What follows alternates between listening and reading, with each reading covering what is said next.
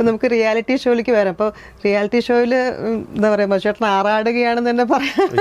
ഇന്നലെ ഇപ്പൊ ഞാൻ ഇന്നലത്തെ ഒന്നും എപ്പിസോഡ് കണ്ടത് ഒരു റാംബാക്ക് പോലെ കർണാടക വെച്ചിട്ട് ലേറ്റസ്റ്റ് ആയിട്ട്.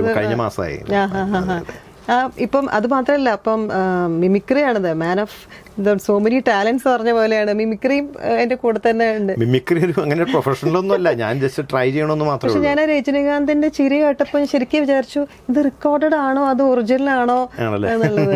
പിന്നെ ആരുടെയൊക്കെ അന്ന് ചെയ്ത കമൽ സാറിന്റെ ചെയ്തിട്ടുണ്ട്, മമ്മൂക്കയുടെ ചെയ്തിട്ടുണ്ട്, ലാലേട്ടന്റെ ചെയ്യാറുണ്ട്, ചില ഇന്നസെന്റ് ഏട്ടൻ്റെ ചെയ്തിട്ടുണ്ട്, അങ്ങനെ പലരുടെയും ചെയ്തിട്ടുണ്ട്. ട്രൈ ചെയ്യണോ, ഞാൻ പക്കയാണെന്നൊന്നും ഞാൻ അവകാശപ്പെടുന്നില്ല, ട്രൈ ചെയ്യണം.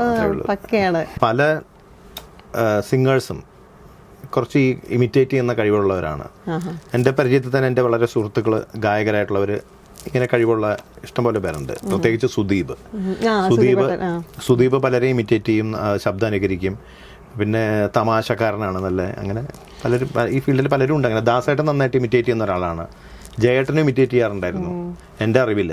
അതെ, അല്ല എനിക്ക് തോന്നുന്നു പാട്ടിന് ഒരുപാട് അത്യാവശ്യം ശ്രീകുട്ടൻ ചേട്ടനും ഇമിറ്റേറ്റ് ചെയ്യുന്ന ഞാൻ കണ്ടിട്ടുണ്ട്.